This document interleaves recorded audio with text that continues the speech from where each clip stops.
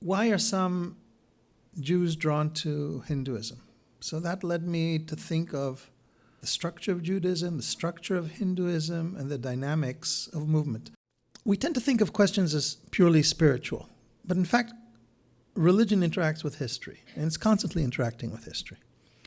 And therefore, to understand why certain movements occur within a religion, why a religion grows, expands, moves, people convert, what pressures there are, what stands they take, is always a function of the interaction of the particular history of the religion or the people who are the carriers of the religion with the ideals of the religion. In other words, religions don't interact in the abstract. They interact through people and they interact through histories with their complexities.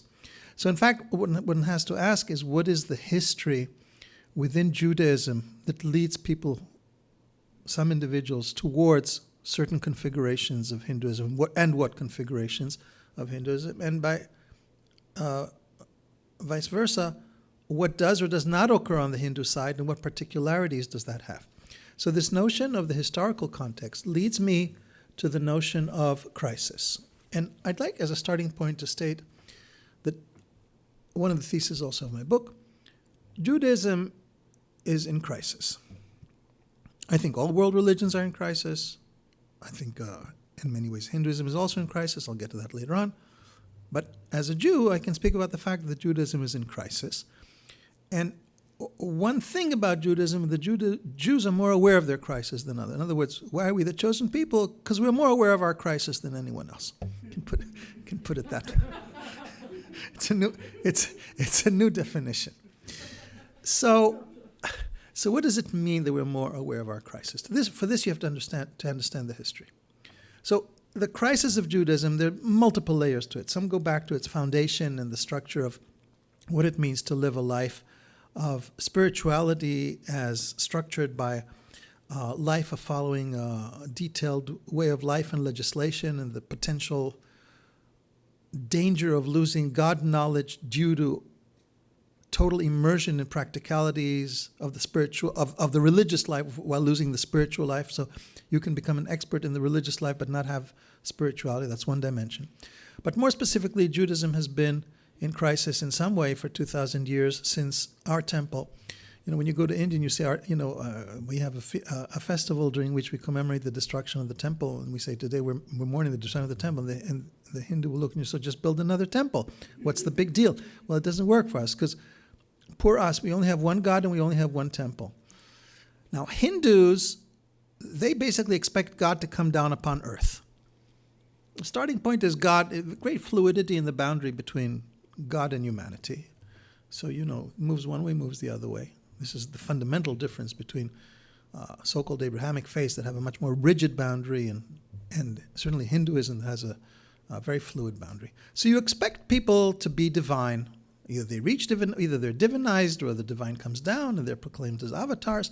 And so whether or not they are avatars, but the expectation helps to produce great souls.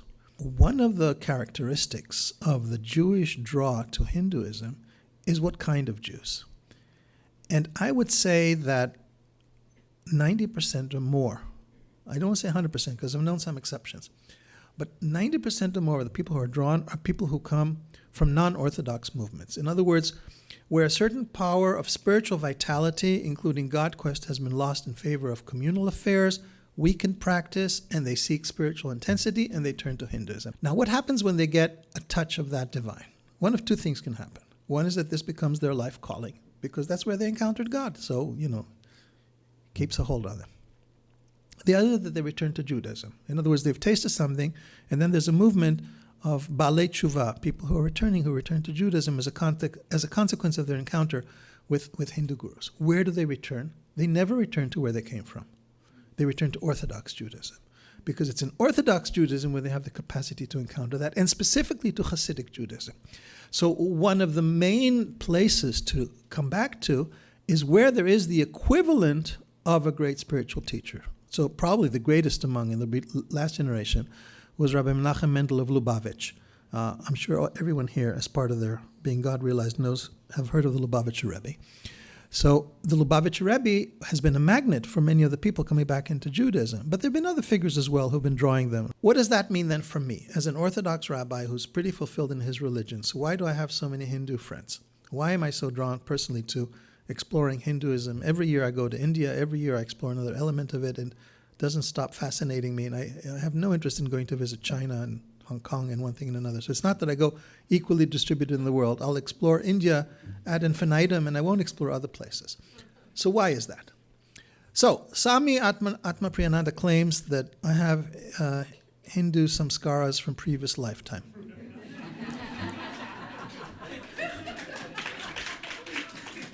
Swami Sarvapriyananda also talks about, and I believe this comes from Thakur, but please correct me, Swamiji, the sense of spiritual gluttony. Because when he describes Ramakrishna's successive experience of God in different religions, it's not because you don't have God. There's a sense of wanting to taste God in his different expressions.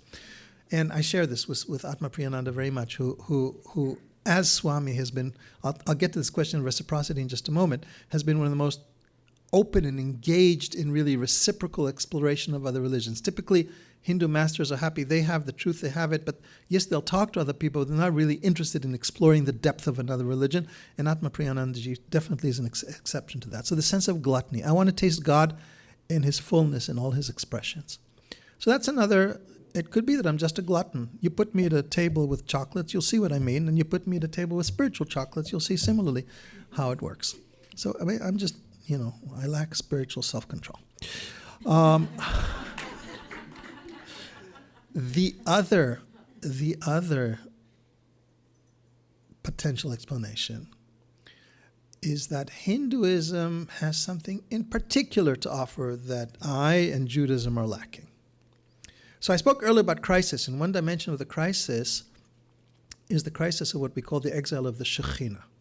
The Shekhinah, for convenience and maybe even accuracy's sake, would be the equivalent of Shakti. So the divine mother power that enlivens and gives birth to everything. And that is the focus of the quest of the mystics and the Kabbalists. And all the teaching is there, but we don't always have the energy to go along with it. So very often our teachings remain like a roadmap without people being able to experience and to live it fully.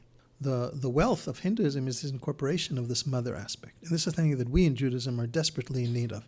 So it could be that the quest to Hinduism is part of a retrieval. So yes, crisis, yes, God quest, but that God quest doesn't have to necessarily come from a place of not having God. Sometimes precisely from a place of yes, having God, there's a sense of deeper discovery of God in God's wealth, the multiple colors, the multiple tastes, and also the particularity of that particular angle of certain energies that might be available in another religion and not available to Judaism. So I account for that as one possible alternative to the samskara theory. So the last thing I want to talk about is this question of reciprocity. I said at the beginning of my remarks that here we have two great traditions. So why is it that one is moving to the other? Why is one showing greater interest than the other? And this has been throughout.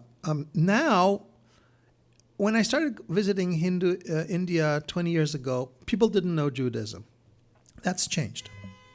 Nowadays, people in India have a sense of Israel, and because they have a sense of Israel, they have a sense of Judaism, much stronger. I see together with cell phones and better highways comes a better recognition of Judaism. Which then raises the question, so what does Judaism have to give to Hindus? And that again would have to be answered through the question of the structure of the religion. I don't think the Jewish gurus of today have what to give Hindus. That doesn't mean that Judaism doesn't have what to give Hinduism. I think the point has to be identifying the crisis. In the same way that identifying the crisis of Judaism was key to understanding what it is that leads Jews to Hinduism, one has to identify what is the crisis of Hinduism, which of course is a matter that Hindus have reflected less upon than Jews have, but I think there's increasing reflection on it. So of course there is the loss of spirituality, which is universal, but then there's the problems of diaspora, the maintaining of identity, the integration of spiritual life and family life, the integration of spiritual life and workaday life, the power of rest, the power of how to live a full spiritual life in the West, in the world, outside ashram, okay? And most Hindus, you may be surprised to know, live outside ashrams. And here, I think the testimony of Judaism has a lot to offer, because Judaism has now thousands of years of a wisdom of organizing a religious community, maintaining spiritual and religious practices, so that even within its crisis, it's still able to maintain a religiosity. It's an ongoing challenge. Well, we've been at it longer than anyone else. So there are different answers and different ways that religions can help one another. My view of interreligious relations is that religions are there to help one another. In other words, the typical Jewish view is that you're stealing my people and you're taking them over. But that's inevitable given the crisis. If you see the bigger situation of crisis, then I think we have to reframe the question. Then the question becomes, how can religions help one another rather than compete with one another? Helping one another is also helping one another to be better. In theory, there is a stance that has been taken. Come to me, get what you can from me, go back to your source. And that creates a model for spiritual collaboration and mutual support between the religions, which I see as the important one. And here, there's no doubt that what some Jews find can be helpful to all.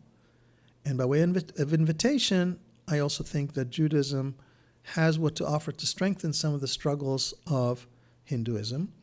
And therefore, at the end of the day, it's light meeting light. And with light meeting light, I conclude this Diwali presentation. Thank you.